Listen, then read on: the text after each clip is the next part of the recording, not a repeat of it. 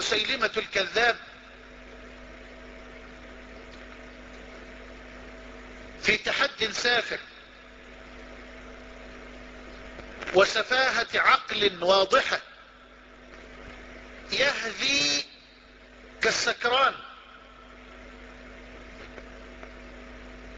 ويتمادى في كذبه وبهتانه، ويزعم أن وحلا ينزل على رأسه، إذ أن الوحي لا ينزل إلا على أنبياء الله ورسله. فراح مسيلمة يقول لهم إن قرآنا كالذي يتلوه محمد قد نزل علي وأنتم تعلمون. بدأ يقول كلمات مسجوعة على نسق كلمات القرآن، ولكن هيهات هيهات أين نور السهى من شمس الضحى. ده هذا إن اعتبرنا ما يقوله هذا الكذاب من نور السهى، وإلا فهو الظلام الحالق السواد. راح يقول الفيل ما الفيل وما أدراك ما الفيل، له خرطوم طويل وذيل قصير.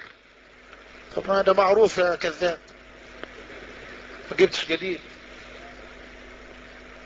على نسق الصورة يعني.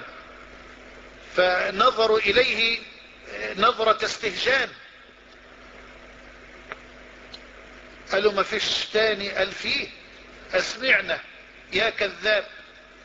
فقال على نسق والذاريات ذروة، قال والزارعات زرعا والحاصدات حصدا والعاجنات عجنة والخابزات خبزة، وعجنها مسيلمة. ايش عندك تاني يا مسيلمة؟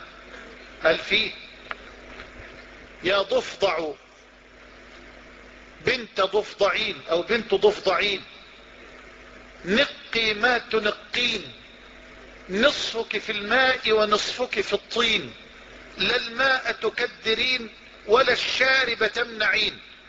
قالوا له يا مسيلمة، قال ايوه. قالوا له والله انك لتعلم اننا لنعلم انك لكذاب. خلي بالك دول المشركون. والله انك لتعلم اننا لنعلم انك لكذاب. شايف ادوات التوكيد عامله ازاي؟ ادوات توكيد غريبة جدا في الفقرة دي. والله انك لا تعلم اننا لا نعلم انك لا لك. ادوات توكيد عمر ما تخيلتها في الفقرة دي. بس كم اداة توكيد للي بيقولوا المشركون، مش ممكن. قمة في البلاغة الفقرة دي، قمة في البلاغة، لان فيها اكثر من اداة من ادوات التوكيد. والله انك لتعلم اننا لنعلم انك لكذاب. ثم هلك مسيلمة في موقعة موقعة ايه؟ اليمامة. كانت بقيادة مين؟